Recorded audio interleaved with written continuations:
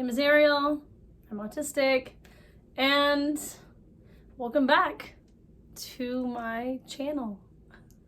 Most of my life, and starting at a very young age, I was bullied, and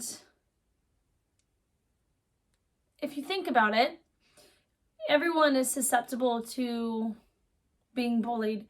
However, 63% of autistic people are more likely to be the recipients of being bullied than anyone else. Some of the groups that are bullied are the ones that want to fit in. They want to interact with their peers, but they just have a hard time making friends. When I was younger, in elementary school to start, there would be days where I would have friends, or I thought they were my friends, and I would play with them at recess. And then maybe the next day I had no friends to play with at recess, and then I just felt confused. It was always this teeter-totter of having friends, not having friends, playing at recess, and then not playing at recess. So I just decided one day that to avoid this confusion, and it was, looking back, it was probably very upsetting for me. I would stand at a pole every day during recess. So most of my elementary school, I would find any reason. Maybe I faked getting in trouble, or maybe I told the teacher that was on recess duty that I was in trouble. So I would just stand at the pole the entire time until it was time to line back up. And then when it was time to line back up, I would make sure that I was maybe in the middle or in the back of the line. So even if people knew that I didn't have anyone to play with, I didn't want people to know I didn't have anyone to play with. In the age range of 6 to 15, 44% of autistics are more likely to be bullied. In junior high, I started to receive death threats and some pretty hurtful notes, and I kept thinking, there's no way out of this. I don't know how to come out of this at all, and I just wanted to fit in. I wanted so desperately to fit in. My mom had put me in school cheer, and I hated it. I'm pretty sure I did not want to do it, but I wasn't diagnosed yet, so I assume that she put me in cheer to help with structure and routine and to make friends. The structure and routine, great. Making friends, not so great. Well, I stayed in cheer. And then I ended up transferring from one junior high to another, and this happened with just enough time to make the next year of cheer tryouts. And I'm sure we can all imagine an autistic person, first of all, trying out for cheer that's just mind-blowing. But I was very good at it. But then also transferring schools, okay, huge. But we did this, and I had just enough time to make it for the cheer tryouts. So I did the week of the cheer camp, learn the dance, learn the cheer. You have to show your talents. And then it was the day before the mock tryouts. And some of the girls had complained and said some things. And so they basically made a petition so I could not try out for the next year. But I did everything right. So in my head, I'm thinking, I did everything right. I came here, I learned what I was supposed to learn. I transferred with just enough time because we made sure that I would have enough time, because cheer started to become something for myself. It gave me some kind of motivation. It gave me something to do, and it helped, without being diagnosed with autism just yet.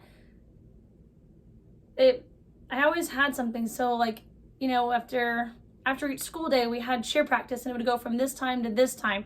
These days we would do tumbling, and there were so many different days of learning how to start your routine and maintain a routine, that I think that if I didn't have cheer when I was younger, I don't know how I would have been able to do my routines now.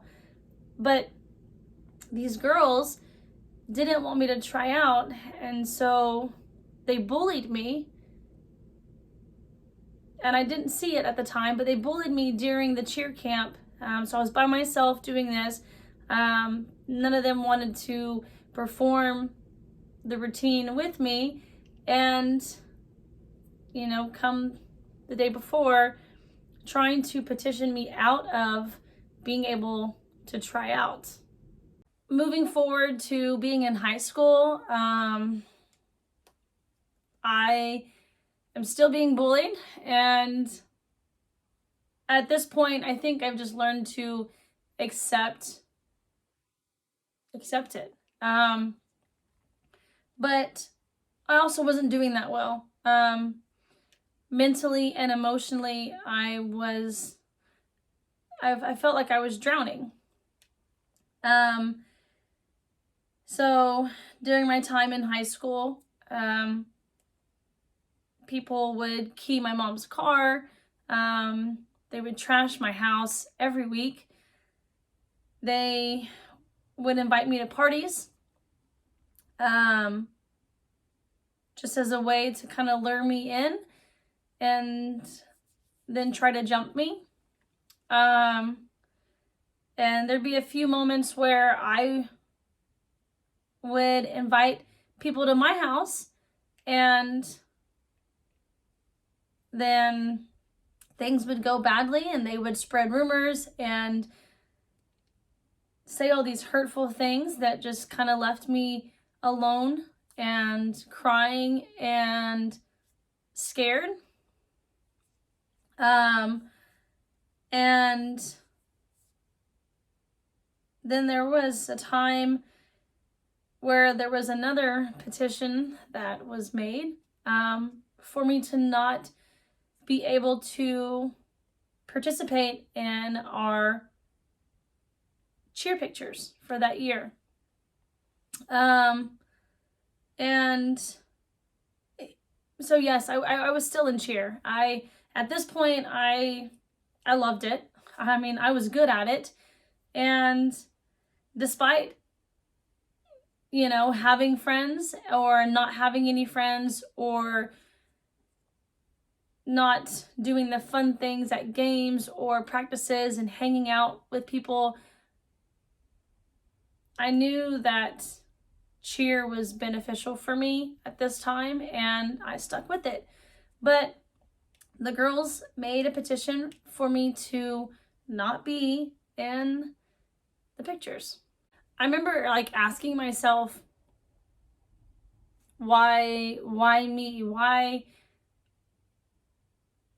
am I the one that's bullied? I still wasn't diagnosed yet. So I really just didn't understand, I guess, what was wrong with me or why I was so different.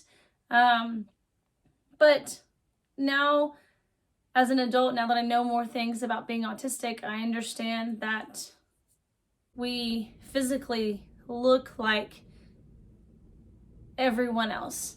We might do things a little differently or act differently, speak differently, but physically we look like just another person. So in the eyes of a bully, it's fair game to them to pick on us compared to someone that has a more physical disability.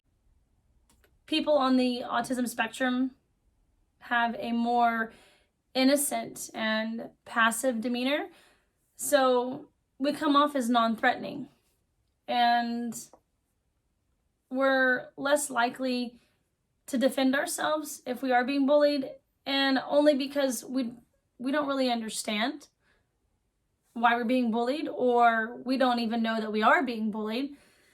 And in those moments that we do stand up for ourselves, nobody takes it serious because of just how we just appear to be. I wish that I could say when I graduated high school, the bullying stopped, but it did not. It kind of carried with me through college and in many jobs. And in most of my classes, my sister was with me. So she helped me kind of navigate throughout most of my college years. And I was kind of, I guess, freshly diagnosed. So I was diagnosed when I was 18. But I guess I felt like I went so long with not understanding why I was different and being made fun of for I didn't even know why, that I didn't want to give anyone a reason to continue bullying me. So sometimes I did and sometimes I didn't. I can't say which was harder at the time. I felt like they were both pretty hard to do. Now, with working, having a job, I've had a job since I was 14. I think that's when you can get a worker's permit, or it's 15, but I wanted to get a job when I was very young, long time ago, and I've had a job ever since. I enjoy that feeling. I guess it's an extra sense of being independent for myself, but it was the same thing. So I might tell my job that I'm autistic, or I may not tell them. So I know that a handful of jobs that I did say I was autistic, I would get the job, but then it didn't last for very long. And if I didn't tell them I was autistic, I got the job and it would kind of last for a while. I like to keep any job that I have for an extended amount of time, but there were a few jobs that it kind of came out later on that I just felt this urge. It was overwhelming that I needed to share that I'm autistic. And then later on, I was either let go because I didn't fit into this workplace, or we had to have weekly meetings and discuss how I could fit in to this workplace. It was crazy to think, because before I told my job that I was autistic, I seemed to fit in just fine. There was just things that I did that were probably a little off, different, like what kind of person comes into work and has a work routine. But everything I thought was going smoothly until I had mentioned, hey, I'm autistic. So there are a third of autistic adults that have been bullied or discriminated against in their workplace. And in this same workplace, There are 43% of autistics that have left their job or lost their job because of their diagnosis. Bullying has always been a major problem, and it takes on many different forms. It can be mental, it can be physical, it can be emotional.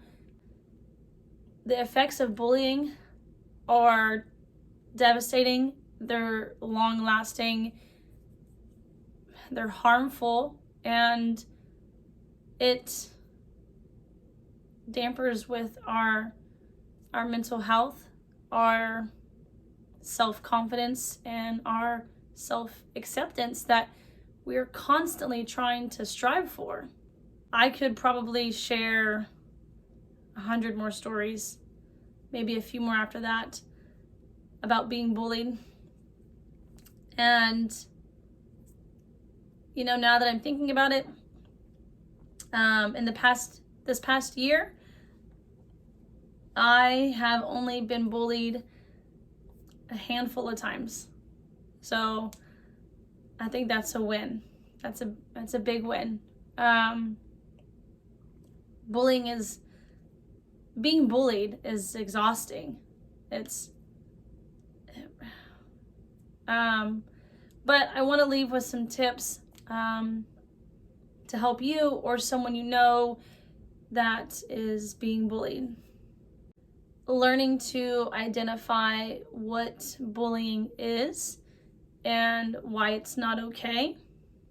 Never be afraid to reach out and ask for help. Be an advocate for yourself.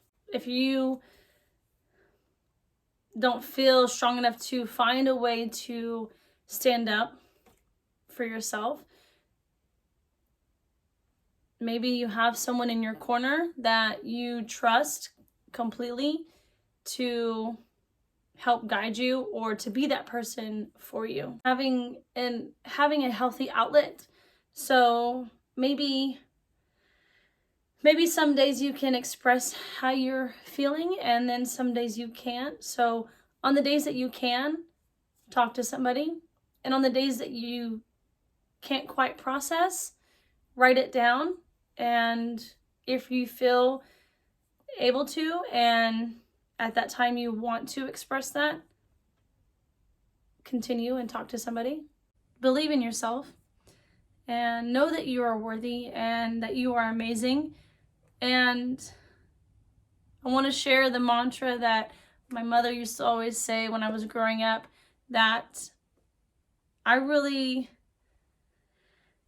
didn't think it was as powerful as it was until I started saying it when I got older.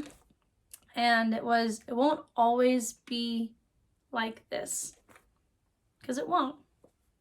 Things get better and things get easier because we grow into who we are as an autistic person.